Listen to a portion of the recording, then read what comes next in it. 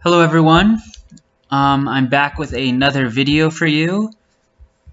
In this video we are going to be focusing on the Hebrew letter Ayin. Ayin is the 16th letter of the Hebrew alphabet. It has a numerical value of 70 and it corresponds to the 26th path on the tree of life. Ayin is also represented as the tarot card of the devil as well as the astrological sign of Capricorn. There are a few meanings that can relate to the letter Ayin, ones in which we will spend some time elaborating on, some more so than others. Hopefully they will all come together though to create a greater whole for your understanding. So what Ayin stands for is the word eye, fountain, color, and sheep.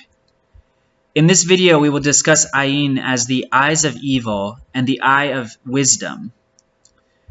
Notice I said eyes as in plural or dual, and then I as in singular or unified. I say this because we will also see this letter as representing duality, as well as a path toward unity.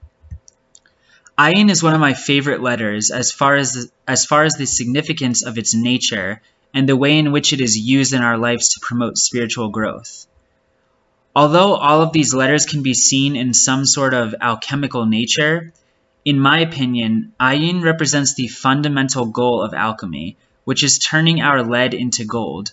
Another way of saying that which enslaves us is that which can free us, or the vices that weigh us down may become the virtues that lift us up. And although there are other ways in which to alchemically view Ayin, such as its distinct process or stage in alchemy, that of coagulation, to me, the way in which I just described this letter is the most powerful way of viewing it. So let us begin by viewing the other letters which are connected to Ayin through their numeration. The first letter is the 7th letter of Zayin, which equals the number 7. 7 is the base number of 70 when we reduce it down. First of all, notice that within the spelling of this word, you literally see the word Ayin. This is very profound, as it is the only Hebrew letter which will include the spelling of the other letter it is married to through numeration. We are literally viewing the letter Ayin with a Z placed in front of it. In the letter Zayin, we also can see that the letter Nun is included at its end, which, since it is at the end, it may be viewed as the final form of Nun. In Ayin, the same applies with having the final Nun as its last letter. This is also very significant because the other letter we will find in relation to Ayin is the final form of Nun, which equates to 700. So these three letters that follow the numerical sequence of 7, 70, and 700 can all be found in symmetry simply by viewing the spelling of Zayin. Now the way in which we will discuss Zayin briefly and how it connects to the other letters is by seeing Zayin as representing every possible possibility. It is the seed of probabilities which will become actual on the existential level of Ayin through the use of the eyes. Think about this for a moment. Our eyes are special to us in such an intimate way, as they will allow us to see reality in our own way, never knowing what someone else's reality looks like through their eyes. This is seen as endless possibilities of lenses in which we can see life through. So let's quickly backtrack and look at the word Zayin once again. As I said, it can be seen as containing the numerical sequence of 7, 70, and 700. This number gives us 777. Which is a significant number in the Kabbalah. Although you can get into multiple meanings of this number, I will briefly describe it. Many say that 777 is connected to the lightning flash of creation that we find going down the tree of life, connecting each Sephirah from Keter to Malkut. In an abstract sense, you may even see 3 sevens stacked upon one another in the shape of the lightning flash. 777 is associated with the exaltation of the holiness of the divine, as well as the perfection or completion of creation. In the Kabbalah, we are taught that everything in creation is of a divine origin and nature, even including what we may call darkness or evil. The divine is ruler of light as well as darkness. So if Ayin is seen as all potential possibilities, then we can find a deep connection between the nature of this letter and the meaning of 777, one that you should meditate on for your own personal benefit. All possibilities are of a divine nature, and all possibilities, which may even be infinite, are what signifies the perfection of the divine, as it also is limitless and infinite. The beginning is the end, and the end is the beginning. So now, moving on to the letter of focus, Ayin. We will discuss its connection to Zayin, which I already briefly touched on. Ayin is the number 70, which we get by multiplying 7 by 10. By examining the letters which make up Ayin, which is Ayin, Yod, Nun, we can see that the spelling of Ayin shows the eyes, Ayin, observing existence, Yod, and becoming deceived by them, Nun, as one meaning of Nun can be deceit.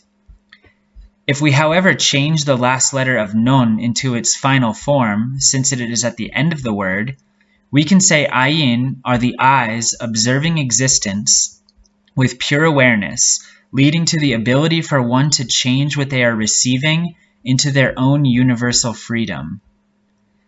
Ayin is the eye, and the eye allows us to see reality in many different ways. We may see it through a lens of love, hate, pain, pleasure, happiness, despair, vibrancy, dullness, routine or sporadic, chaos or order. The list can go on, and we may begin mixing these descriptions together to create an even bigger picture of how we each see life through our eyes. For instance, one may say, I see the world filled with people who are loving, yet I also see pain and evil in the world. Some days I feel my life is very routine and ordered, but on some days I am thrown off and my world seems chaotic and unpredictable.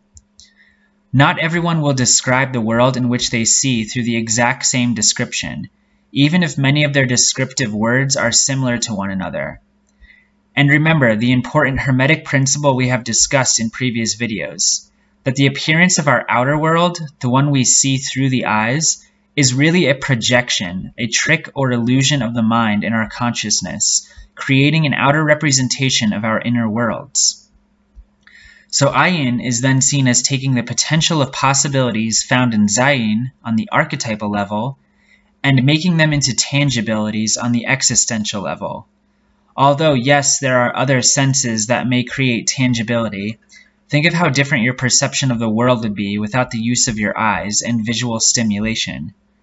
You may actually be fooled less in a sense, something we will get into when we discuss the concept of the evil eyes. So moving on to the last letter associated with Ayin through its numeration is the final form of Nun, which is 700, and we get that by multiplying 70 by 10. When we have our mind set on this is the way things are, or we stay stuck in seeing the same patterns in our lives, we are in a sense trapped. As we live in a universe of change, so too must we learn to change when things become stagnant in life, or no longer serve a purpose. When we stay stuck in habituated actions, they may serve us for a period of time, but as everything eventually dies, they too will meet a situation where they are forced to change. As something meets its demise, however, a new pattern or possibility arises from its ashes. This is a foundational property of the universe, which acts as an assurance for its survival. The force that causes these patterns to become free and, in a sense, causing the mind to become flexible instead of rigid is the power of the final Nun. This relates to the potential of possibility in Zayin, as well as Ayin.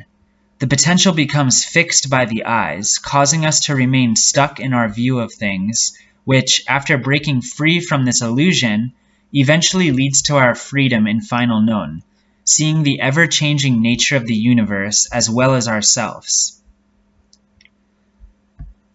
Now that we have discussed the letters that are in relation to Ayin, I suppose we should begin with the concept of duality, since it will slowly tie into some of the other themes we will explore. First of all, take a look at the shape of the letter Ayin. It appears to be a kind of forked figure, representing a choice between two paths. This shows that Ayin can be seen to represent a sort of dualistic nature. Where do we find this duality in?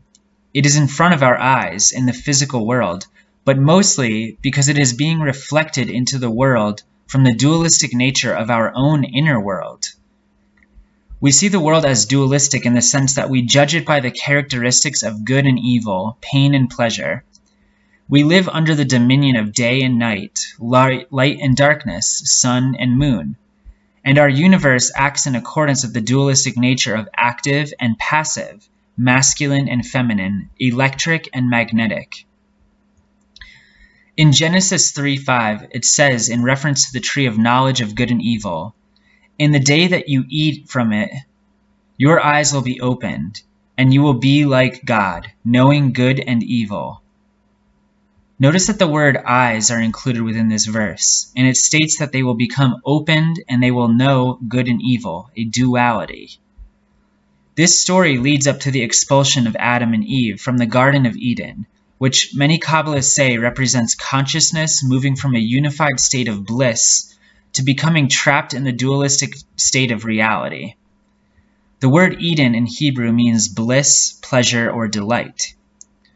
Some even equate Adam and Eve to the active and passive natures of the universe. On an interesting note, when we take the Hebrew spelling of both Adam and Eve combined, we get the number 70, the same as Ayin, the eye. If you are familiar with Kabbalah, you may know that the tree of knowledge of good and evil is associated with Malkut, the final sephira on the tree of life, the physical world. Malkut is the tree of good and evil because it is the middle point between the regular tree of life and the tree of the Klipot, which rests below Malkut. So again, we find a dual nature that is related to the physical world of Malkut in which we live. In the physical world, we have the concept of time, which plays an important role as another dual nature that we are driven and controlled by, which is the battle between life and death. The idea of death will be an important theme we will revisit when we start to discuss the nature of the evil eyes. Going back to the theme of time, there is a peculiar tie between it and Ayin. The word for time is et, Ayin tav. The word for hour, a measurement of time, is sha'ah, shin ayin he. A word that has a reference to the future is atid. And forgive me if I butcher this word. You spell it ayin, tav, yod, dalet. The word abar, ayin, bet, resh, is a word that refers to the idea of passing through or over, or by which refers to the nature of the past, as the past passes through, passes over us. The word for moment, as in a moment of time, is rega, which is resh, gimel, ayin. And finally, the word for eternity is ad, ayin, dalet. Even the word for world, olam, begins with an ayin. The physical world is made up of the elements. I will refer back to our first video, the path of Tov, which is the path of the universe, the tarot card which explains the mechanics behind the physical world, which is dominated by the interplay of the elements. In the video, we discussed how the letter Tav is married to the planet Saturn.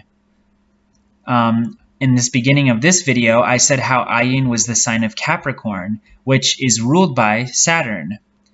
Maybe you see where I'm going with this, showing you another intimate tie between Ayin and the duality of manifestation in which we view through the eyes. So if you spell Ayin in full, it will give you the number 130. This number can then be broken down into 5 times 26. Now the 5 can be seen as the 5 elements of manifestation, and the number 26 is the number of Tetragrammaton, the 4-letter name of the divine in the Kabbalah. I'm simply including all these little intricacies to deepen your understanding of how Ayin in the physical world are related. So another meaning of Ayin that I mentioned at the beginning of the video was Ayin as color. Yet again, we find an association that Ayin has with the physical world of duality. We can say that light is said to represent a unified state, which is why we see Tiferet, the unifying Sephira on the Tree of Life, represented as the sun. The sun is the giver of light in the physical world. Now, light is responsible for the phenomenon of color, as the spectrum of colors is really just different frequencies of the same light. This allows color to take on a divided appearance, which reinforces our idea of duality, separateness. The amazing thing about color, though, is that it is not really there in front of us. Color is created through the photoreceptors in the eyes, which convert light into signals sent to the brain, allowing the illusion of color to appear before us. Here we can see the special relationship between color and our eyes. Without the use of color, the world we see would not be the same, and the potential possibilities in which the eyes can create would diminish. It is interesting that the word Ayin, meaning nothingness, is hidden in the spelling of Ayin. Everything physical we see is really a sort of an illusion. The nothingness becomes the everything, although the everything is really nothingness. Nothingness is still something, only it is beyond our comprehension. It is called no thing because it is not something we can describe, yet it is responsible for all that the eyes perceive. Now that we have an in-depth understanding of the principle of duality in relation to Ayin, let us backtrack slightly and go back to the word death, which will lead us into our next point of focus. Death is one of the main motivating factors we have in the physical world. We want to accomplish all these goals, experience all these things before we die. We want to make a name for ourselves, as well as create an impact on the world around us, so that we may be remembered by others. Although this may not apply to every person, it is the drive behind many people. Even if we are not grasping for power, fame, or fortune, death still motivates us in a number of ways. Especially in our Western civilization, we have a great fear of death because we do not see it for what it is. We do not wish to understand it. I want you to ask yourself, why do we do such selfish and self-serving things as humans? Things that lead to behaviors and ways of treating others as bad or evil. Why do humans grasp for power over others or do harm to others? In most cases, we can narrow it down to the influence of fear. There are many types of fears that motivate us to do horrible things, whether it is a fear of not having enough, fear of losing what we already have, fear of people being different than us, fear of someone hurting us before we can hurt them, etc. The list goes on and on. What is very peculiar, though, is that all of these fears we have can trace back to a root, a fear that causes all other fears to exist, and that is the fear of death. What is ironic is that so many people turn into selfish beings due to the fear of dying, yet if we did not die, we would most likely turn into horrible people, since there would be no ending to our story, nothing to judge our actions once our journey was over.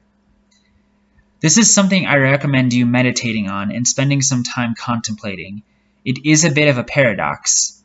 Ask yourself, though, if you didn't have a fear of preserving your own life over others, what would be different about the way you viewed life? What generous and heroic things could you do for the world?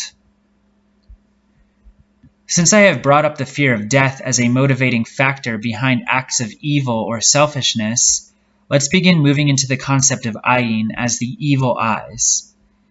In this section of the discussion, I am going to bring up one of the most misunderstood cards in the tarot, that of the devil, which is represented by the letter Ayin.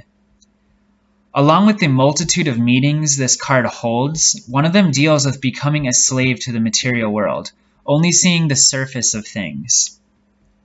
When we only see the surface of things, we become trapped in thinking this is all that exists. If it is not measurable, it is not real to us. For many of us, this leads to the idea that we are simply born and then die, which we must accomplish all that we can and preserve our life because this is the only life we get. We need to possess as many resources as we can in order to preserve this life. since we do not want to answer death's call. On a side note, if one looks into the sign of Capricorn, which is the letter Ayin, they will see that many Capricorn natives can be dominated by the physical world, which can even lead to incredible workers, leaders, and businessmen and women.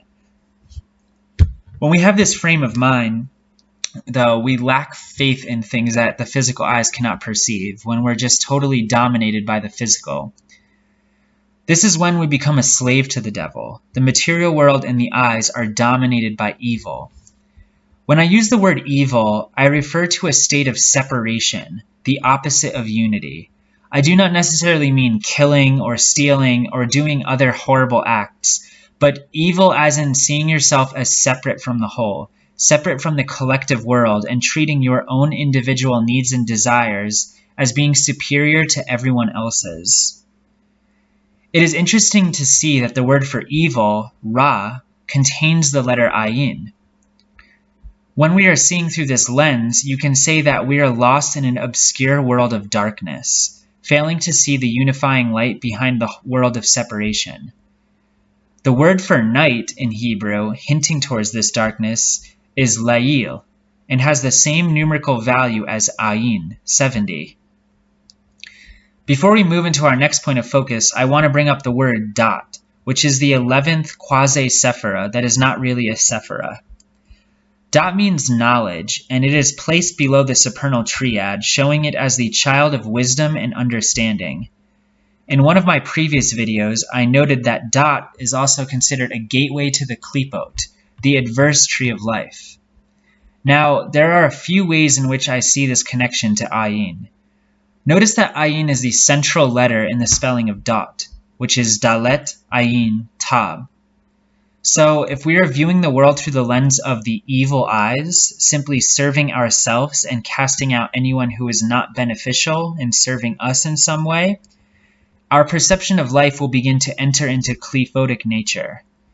Again, when I say this, I am not saying we are turning into some demonic sociopath, but we are burying ourselves more into the material world, becoming more resistant to what is not seen, more self-centered and even negative in our outlook of others and the world around us. If you notice, the klipot are below Malkut, as if it symbolically represents them being underground. To me, this shows that the more dominated we are by the physical world, the lower we sink into it. Think of Dante's Inferno and the levels of hell that we can descend into. Now, dot is considered to be a higher form of knowledge. As I mentioned in a previous video, the throat acts as a gateway between the higher centers of consciousness and the lower, and dot is at the level of the throat. Although we may possess higher spiritual knowledge, it does not automatically turn us into a good person who is out to benefit others. On the contrary, many people choose to use their knowledge as a form of manipulation, power, or even for their own selfish gain to rise above others. Even if we are not solely focused on the material and we are aware of spiritual unseen things, we can harness that knowledge for destructive, self-serving purposes. Again, we are using the Ayin as a form of evil because we are separating ourselves from the collective whole, not trying to help unify ourselves in them, but using our knowledge to become better than them or holier than them. It is a dangerous road because it is building a spiritual ego in which the lens we used to view from our eyes may have shifted, but it is still dominated by an evil approach, a form of separation. This again is a road toward the klipotic nature of ourselves. Now maybe you can see the idea of dot in reference to Ayin. Dot is also a point on the tree of life where opposites unite, and this is something we will get further into when discussing Ayin as the eye of wisdom. As mentioned earlier in the video, the letter of Ayin can truly display the alchemical process of turning our lead into gold. Notice that Saturn rules Capricorn, the devil, Ayin, and the 26th path. And it leads to Tiferet, which is the sun, the representation of gold. This leads me to my next point. What happens when the eyes become tired of only seeing the surface? Is there a purpose to the enslavement of this devil? And if so, what happens when we break free from its bondage, turning it into an ally rather than a foe? What happens when we begin to transmute that lead that weighs us down? As it was stated in the video on Tav, Saturn is in charge of our limitations, our obstacles, and the challenges we must learn to overcome in order to spiritually grow as an individual. As I stated already, Saturn is the ruler of Capricorn, Ayin, and this personal devil we have within us will only remain this fearful and adverse idea until we learn to face it. Many people call this internal force the Lord of Initiation, or the dweller on the threshold. One of the main purposes of Ayin is that it is meant to push us to open our eyes to the truth. Its purpose as the adversary is to push us from a state of darkness into light. Another way to say this is that it pushes us out of the darkness of our own obscurity and ignorance and into a state of understanding and insight into our inner selves. It forces the eyes to get tired of only seeing the surface of things, urging us to question, is this really all there is? The sad thing is, as humans, especially in these times and in this society, we are not taught to handle these personal obstacles and problems in a positive manner. We are taught to distract ourselves too much, to not allow ourselves to feel pain and uncomfortable emotions. We repress things we do not want to experience or deal with, rather than process them in a healthy way. We are also taught to feel guilty or uncomfortable in seeking help or discussing our problems with others. This causes many of us to live in the role of the victim. We treat our obstacles and limitations as unnecessary evils, cursing the universe for allowing them to happen to us. We ask, why me? Why is this happening to me? We do not seek to find the message or opportunity for growth in moments of resistance and limitation. When we choose to live this way, we are following the trend of what is taught to us throughout our lives. We are a prisoner to our circumstances, not feeling empowered to change our lives. This is when Ayin resembles the word sheep mentioned in the beginning of the discussion. We are the sheep which follows the flock of lost souls, looking for a shepherd to guide us, when really, we must learn to listen to our own personal devil and to allow it to become an ally, a teacher, rather than a bully. Suffering is one of the greatest teachers if we allow it to be. A liquid which ferments undisturbed and slowly will actually take longer to settle. Liquids in which there is a stronger disturbance will settle more promptly, casting off impurities with a stronger force. Just take a moment to think about what I just said. So if we never try to open our eyes up to what is happening below the surface, beyond the limitation we are facing, we may never receive the divine message that waits for us. This is when Ayin becomes a fountain, a word in which was mentioned in the beginning of the video. When we choose to receive the message in times of darkness, we see that Ayin becomes a source of wisdom, a fountain of wisdom. The eyes are able to perceive such wisdom in everything that happens, whether we consider it positive or negative.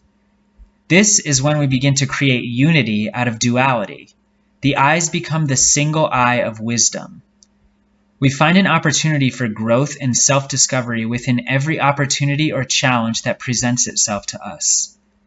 The devil is now an inner teacher for us to follow, not this demonic character that is portrayed by certain religions or even in the world of Hollywood through movies and shows. If everything is from the divine, including you and I, why would it want to cast a piece of itself off to suffer and be tormented for eternity? Or would the divine want us to become strong and knowledgeable instead?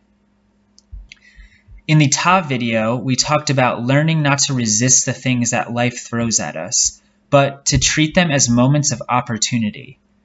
In this context, to go with the flow is a deeper saying than we may realize. You can say that this Ayin, this eye of wisdom, is an inner sort of vision, as in many cultures we hear the term inner eye or third eye. It is the eye that can look inward and perceive the message hidden behind what the physical eyes can't see. It is said in Matthew 6:22, "The light of the body is the eye. If therefore thine eye be single, thy whole body shall be full of light. Remember how I stated that darkness is a state of separation and light, unity. If our Ayin becomes single, the eye of wisdom, we will become more influenced by the light of wisdom. We will begin to see the divine within everything, what others consider good and bad, light and dark. It is all from a divine source when we learn to see through the eye of wisdom. The word sod refers to a secret. It refers to focusing on the mystical and esoteric layer within the holy book of the Torah.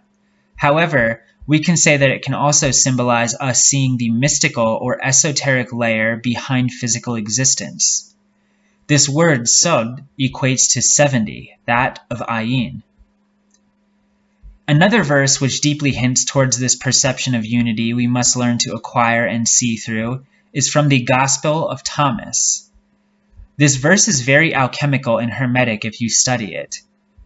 Christ says, "When you make the two into one, and when you make the inner like the outer, and the outer like the inner, and the upper like the lower, and when you make male and female into a single one, so that the male will not be male, nor the female be female, when you make eyes in place of an eye, a hand in place of a hand, a foot in place of a foot, an image in place of an image, then you will enter the kingdom." I would like to point out that the card of the devil is the number 15, and remember that this card can represent that state of darkness we are first in, that state of separation, where we are dominated by the limitations of the physical world. If we reduce this number, however, we get the number 6, which is the number of Tiferet, the sun. It is the unified point of light and beauty on the tree of life. So you see a relationship between the two. The number 6 is also the 6th card of the tarot, the Lovers. This card can signify the unification of the masculine and feminine polarity, the light and darkness, into a greater conscious awareness that we display here in the physical world. We are back in the garden at this point, seeing the beauty of the world, seeing beyond the illusion of duality, but seeing and honoring its importance at the same time. Notice that the Lovers is the letter Zayin, the letter of potential possibilities we discussed in the beginning of the video. This is the number 7 on an archetypal level, before it comes the 70, the Ayin, on an existential level. It's very peculiar that we say the Lovers is the letter Zayin, the letter of potential possibilities, as in all possibilities. And then in all these different spiritual movements, paths, and religions, we hear this saying that all is love, everything is love, the universe is love. Well, here we're seeing the letter of potential possibilities, of all possibilities that we can have, represented as the Lovers, love. So another beautiful way that we can see this unity taking place is by observing the name Jacob in its Hebrew form. Jacob is the patriarch that is assigned to Tiferet, the sun on the tree of life. Notice that the 26th path of the devil leads directly to Tiferet from Hod. Jacob is also called Israel, and remember we discussed how the word Israel can represent a higher spiritual awareness in esoteric terms. What is also peculiar is that Jacob was the grandson of Abraham and the son of Isaac. Abraham is the Sephirah of Chesed, number 4, which leads into Geburah, represented by Isaac, the number 5.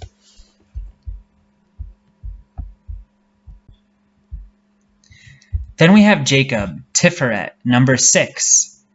See how this connection follows the numerical order of the Sephirot?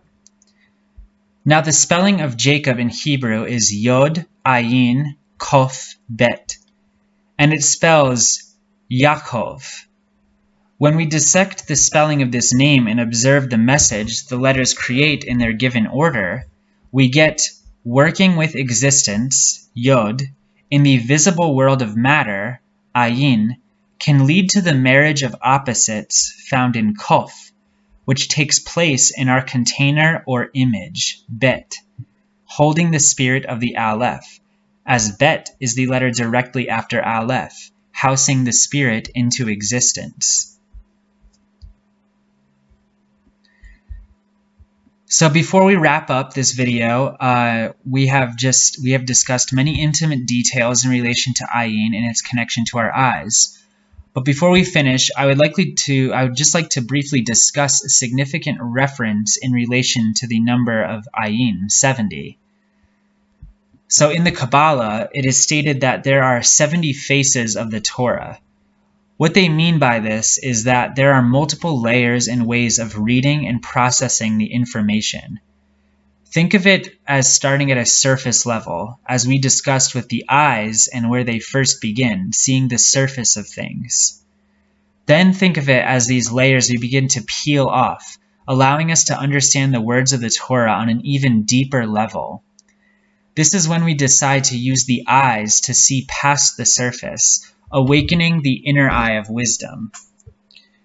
Take note that it also requires our eyes to read the words of Torah, and as Ayin, number 70, means eyes, it has a deep connection in being able to perceive the 70 faces of the Torah. This is just a little cool connection that I thought to include to kind of deepen that idea of the eyes being able to see the deeper layers of existence. So once again, thank you all for listening to this video, for taking the time to check it out. I will be with you with another letter as soon as I can. Again, I'm back in school, so it's taking up a little bit more of my time, so getting these videos out is taking a little bit more time. But please stay patient with me, and I promise I'll get the next video out as soon as possible. This video will be on Samek, the number 60. Thank you again for watching. I hope you have a great day.